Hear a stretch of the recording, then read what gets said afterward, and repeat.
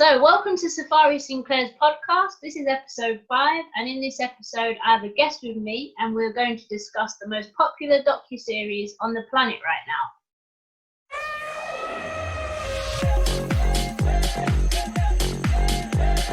Just slow down and really see. So, welcome to DJ, music producer, and Spotify playlist creator, A-LLAIN.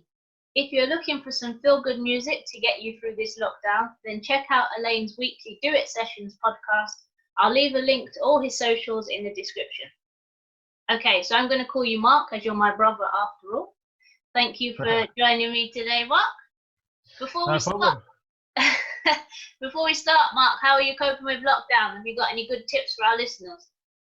Yeah, I'm actually good, to be honest. I'm quite used to being at home a lot, so I'm just cracking on, really. Trying not to watch too much Netflix, even though we're talking about Tiger King. And just stick to a daily routine. Yeah. And then I find that I'm a lot more productive. So my days involve trying to make music, meditating, trying to work out, reading books, and then watching TV in the evening as opposed to just binge watching stuff all day. Yeah. Yeah, it's good to do some exercise as well. Good for your mental stability. Cool. So I wanted to talk about the most popular docuseries out at the minute, and of course, as you said, it's Tiger King.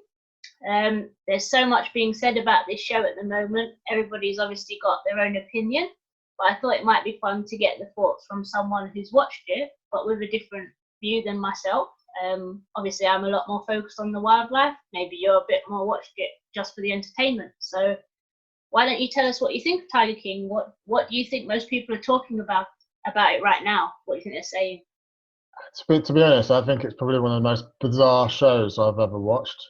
The characters are just so ridiculous, and it is quite funny, but at the same time, it is, when you look at the other side of it, it's very serious what's going on, and it's very, very sad. Yeah. What do you think most people are saying about it now? Now it's over. I think, to be honest, most people are talking more about the characters than anything else, when what they really should be looking at is what's happening to the poor animals, because they're the ones that are suffering the most. Yeah, I've heard a lot about, did Joe do it? Did Carol kill her husband? Yes, there's been a lot more about the characters than anything else. I think she definitely did it. To be honest, I think all three of them are as bad as each other, so they should all be locked down. They shouldn't have that part, because none of them should be allowed to have those poor animals. Yeah. Before you watched Tiger King, was you aware of the industry and people breeding big cats in America, people going to zoos and having selfies with baby cubs? Was you aware of that before? I mean, you see like some people with money in Vegas having pictures on the ground with baby tigers, but you never really think that much about it, to be honest, because it's something that doesn't really happen in this country, so in England, so it's not really a thing. Yeah. So until I watched Tiger King, I didn't really know that much about what was going on. Yeah.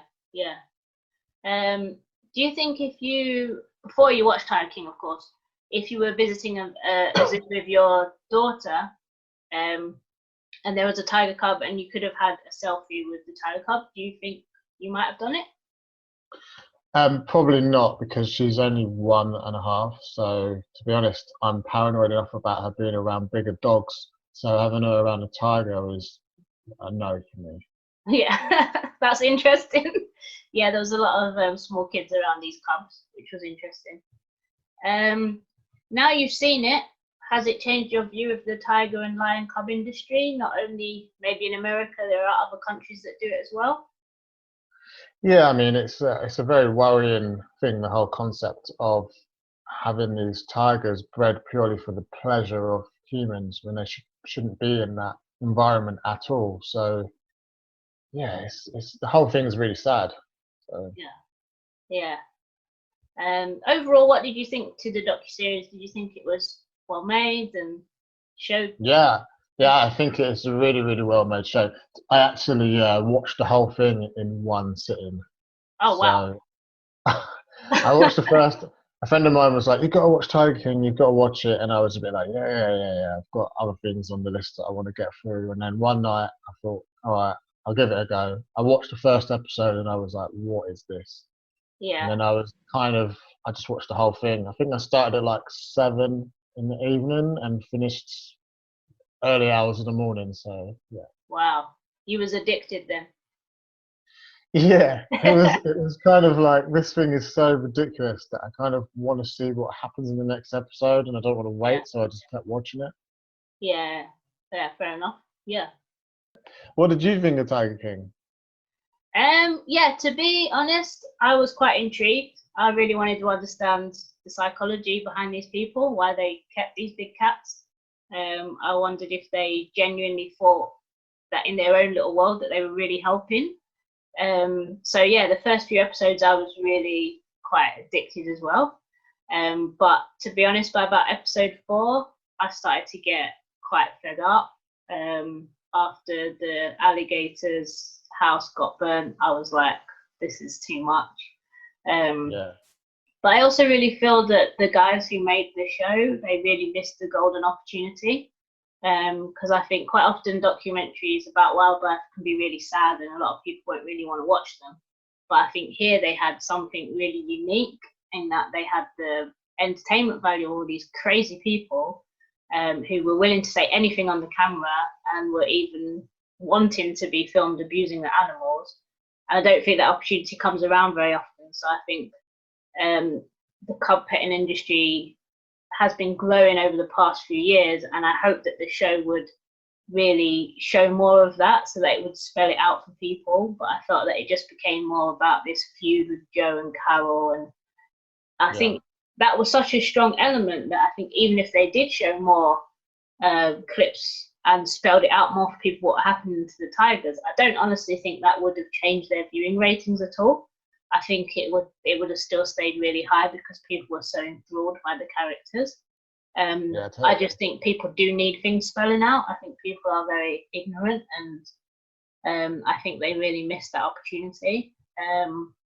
There was a few things I really noticed that I just thought, why haven't they picked up on these? Like, I don't know if you noticed, but in episode 5, Jeff Lowe was in his red Ferrari with a white tiger, and the tiger was actually cross-eyed, but they didn't mention anything about that. They didn't say why the tiger was cross-eyed and how that was due to overbreeding.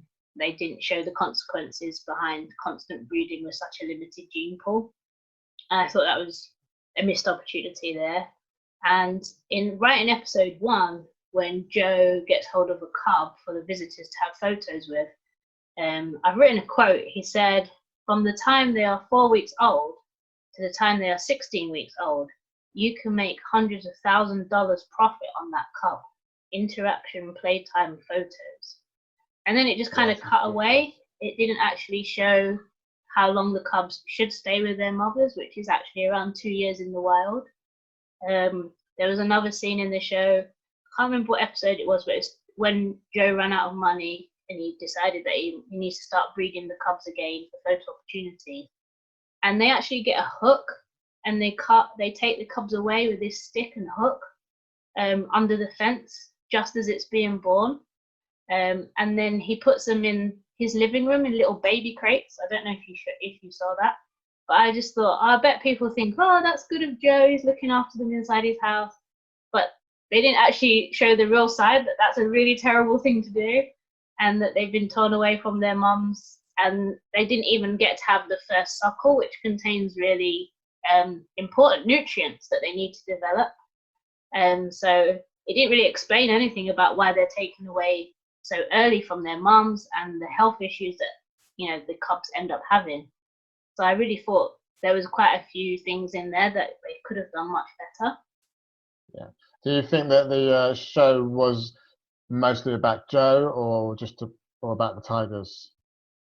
Yeah, I think that's interesting because I've read a few articles and people say, why can't you just watch it for what it is? Why can't you just accept it for what it is? But if you read about the director, Eric Goode, himself admits that when he started the project, he was actually interested in showing the ethical issues of keeping big cats in cages. and one of his producers had worked on The Cove, which was that one about the dolphin hunting in Japan. So I think they must have set off with some sort of idea of trying to show what's happening. I know Good said to Lad Bible in one of his interviews that he didn't think people should be exploiting animals. People shouldn't be exploiting animals. What do you say? People should not be exploiting these incredible animals for monetary gain. I do not see any redeeming aspects of what they're doing. They're exploiting these animals. There's a lot of suffering and cruelty taking place. It's quite a selfish pursuit. I think that ultimately, if you want to save tigers, the right solution is to save tigers in the wild. So I think he did, he did want to have this element in his show, but it just got completely overrun. He did say as well in one interview that he noticed that all these people, there was a lack of intellectual curiosity, he said, to really go and understand or even see the animals in the wild.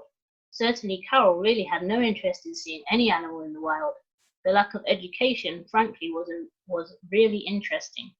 How they built their own little utopias and really were only interested in what world and the rules that they had created. So I just think if you're saying things like that, then you yourself are quite aware that these issues should have been a bit more at the forefront of the show. And I think he got totally wrapped up in the story. And unfortunately, he did really miss a really good opportunity to educate people. And I think that's really sad. That was a sad thing about the show. What do you think about Carol Basket then and her Big Cat Sanctuary? Do you think that it was better or worse than what they were doing? I think that lady's crazy. There's something seriously shady about her. I don't really know what to believe. I mean, we both work in the creative industry, and we know that things can be edited to make things look a certain way. So yeah, I mean, they want to make it so it's a good and a bad. Yeah, I think she was definitely portrayed as killing her husband, whether she did that or not. I think there's definitely other issues going on in her park. I mean, her website, which I had a look at, which is really bad, by the way, it's so cheesy. I read that the cats, they do have considerably more space than the recommended square meters required. And it looks like they've kind of made the enclosures look a bit more wild, so the animals feel a little bit more like in their natural environment. And Animal Defenders International issued a statement defending Carol and the enclosures. But I think there's still many questionable things, like why they had such tiny feeding tubes. I don't know what that was about. That was really strange. And why she doesn't pay her staff when she's making massive profits. Yeah, that's one thing I was going to ask you as well, because the staff that Joe had, I think they were getting like £100 a week, whereas the staff that Carol had weren't getting paid at all. So if anything, she's worse in that sense, because she wasn't even looking after the staff, and they were basically, oh, well, if we get to look for animals, that should be our payment. Whereas, no, you should be getting paid. You're still putting in a lot of work, and she's making a lot of money from that sanctuary. She was making an awful lot of money, yeah. I think she definitely was exploiting people. I don't know. I don't think they really showed much about the enclosures and the conditions of her animals, so can't really comment on that. But definitely, there's something very shady going on with her, I think. She did make a few comments after, which I do agree with. She said that she thinks it's shocking that people are becoming fans of Joe Exotic, and she also blames the series for not showing the full extent of his abuse towards the cats. She mentioned in an interview to the Times that one moment in Tiger King shows Joe Exotic ripping a cub away from his mother, but it's a cutaway clip and not the focus of an episode, which is what I was referring to earlier as well. He said they saw those cubs being dragged away from their mother. She says, where are those memes? Why are those things not being commented on? And she went on to say, I just feel so angry that people have totally missed the point, and the point is that these cubs are being abused and exploited, and the public is enabling that. So even though I do think she's a really crazy lady, I have to agree with her on that. I do think the public are not really getting the point, and I know that people are already asking about what's happening with Jeff's new zoo and when's that going to be open, and I just think, I don't know if people really realise that zoo is just going to be just as bad. I don't know. Yeah, I mean, people are more interested in the spectacle than the actual problem. Yes. So it's like I think that they should all be shut down though, to be honest. Those animals shouldn't be with any of those people. She's a very, very smart woman, so she's very good at manipulating the situation to make it look better. Whereas he's quite a simpleton. Yes, So exactly. Yeah. he's just gonna say crazy stuff. And if you watch the extra episode when all the staff are interviewed, none of them have his back at all. No, that's true. None of them care. And at the end of the day, all those people were caught up in it. A lot of them just wanted to work and they really loved the animals. Yeah. And the living conditions for the staff was awful as well. Yeah. Yeah. And But he they only did. stayed because they were loyal to the animals. They weren't loyal to him. Yeah, exactly. And he was really exploiting that generosity in those people. I mean, Saf's Yeah. arm. I mean, who does that? He said he went back to work because of the animals, and he didn't want to end up in the media and them to take the animals away. And obviously Joe knew that people were going to be like that. So again, that's really sad. So do you think more could be done to protect these animals in the future? And if so, what do you think could happen? I mean, it's hard for someone like me to know because I don't have as much knowledge as you do on this kind of subject. But yeah, I definitely think that these kind of places should be shut down, 100%. Yeah. People shouldn't be allowed to breed these animals. These animals are for the wild. They're not for people's amusement. It's even questionable when you go to zoos and see animals in that environment, let alone go into these kind of sanctuaries that aren't even sanctuaries. You know, the animals are in cages. They're not being looked after properly, and they're being bred, so they've had no experience of ever being in their real natural environment. So if you did put them in the wild, they would die straight away anyway because they're basically the equivalent of a house cat if you put them next to a cat in the wild. Yeah. So, you know. But what do you think to the fact that these guys are basically just meeting a demand for these people who do want their photos taken with these cubs? Yeah, I mean, I think there's people that want to have their pictures taken with these baby animals. They need to have a word with themselves. Because if there was no market for it, if there was no one wanting to have their pictures taken, then these kind of people, like your Joe Exotics and your Jeff Lowe's, they can't make any money. Yeah. Because there's nothing for them to profit from. Yeah. Unfortunately, the way the world works is that people would rather have a picture on Instagram with a cute cub than stop this kind of stuff happening. Yeah. Yeah. What I found really interesting about that whole thing, and I had a look last night on Doc Antle's website, was people were paying like nearly $500 to have a photo with these cubs, and they had to pay, it's per person. So if there's like a family of 4, that's like $2,000. I just thought you could just save up a little bit longer and actually go to India and see these these animals in the wild for not that much more money. And he was another wrong one as well. Well, yeah. There's got a cult going on with these women. Like, again, poor treatment of women and staff not being paid properly. But they're just so caught up in it because the animals are basically like drugs. They're addicted to the animals and being around them, and they say that they're caring for these animals, but they've actually all got a problem. Really. Yeah. It seemed like they just really like the power, being able to be in control of something that big, which is a real shame. I did think the quote at the end of the series was really good by the campaign manager Joshua Dial. He said, "Everyone has lost in this.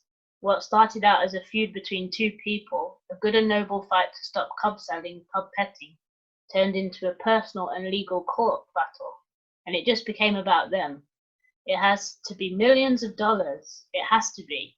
Think of the hundreds of thousands spent investigating Joe. Think of her millions of followers, donors, and whatnot. Think of how far that could go saving these tigers in their natural habitats.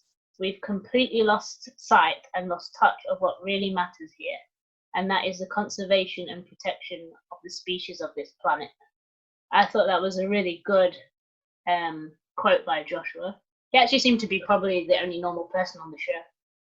Yeah. It's not normal anymore, unfortunately, though. Yeah. None of them are normal, to be honest. No. Whatever normal actually means. But Yeah, yeah. It's a real shame, the whole thing, and I think a lot of people do start out with quite good intentions. And there was a clip of Joe when he started the zoo, and he said these are very dangerous animals, very beautiful animals, but they have their place in this world, and that's in Africa and Asia and India, not in Oklahoma. The state needs to pass laws that is breeding. Sorry, the state needs to pass laws that this breeding has to stop. And he said, I don't know if you remember the clip at the end of his chimpanzees. He said, yeah. "Are the animals happy? Who the hell knows? I finally moved my two chimpanzees last week. Probably one of the hardest days in my life. They sat in cages next to each other for over 10 years, and we've moved them to the Great Ape Center in Florida. And in 2 days, they were out in a big yard hugging on each other. Did I deprive them of that for 10 years? Yeah, I deprived them of being chimpanzees. Did I do it on purpose? No, I was wrapped up in having a zoo." But I think it's quite powerful words. I don't know whether he believes it or not, but I don't know if he yeah, believes any of his crazy talk, to be honest. I no, mean, they both, him and Carol, both talk a good game, but whether or not it's sincere is questionable, you it know. is. Yeah, I But think it's that seems actually really sad. Like you see the two chimps together, and they're in the cages, and then when he says what he says, it's like you could have just let them out ages ago. yeah, yeah. All And I those think that's animals. it. They've just deprived them of being what they really are. Those tigers and those lions, they're not real tigers and lions. No. And that's a real shame. I hope that people do actually stop and think about the real issues of that show. I hope it does make people a bit more aware. I mean, if it stops just for even one person going, then that's good, I suppose. But it also ripples down to actual zoos as well, because Hmm. they say in the show like they sold some of these tigers to actual zoos. They Yeah, didn't say the names of the zoos that they sold them to, but you know it's going on. So it's questionable when you go to your local zoo, where are they actually getting these animals from? exactly. Yeah, yeah, that's right. Yeah, so I suppose it's good. It's good to speak to you and get and see what you thought. And I'm glad that some people do actually think about it on a stronger level. I know a lot of people don't. They just like the entertainment. But yeah, I hope that some people will think about it. Yeah, definitely.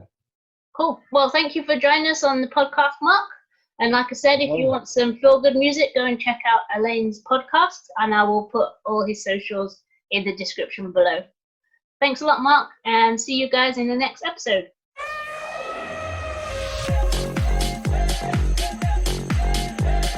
Just slow down and really see.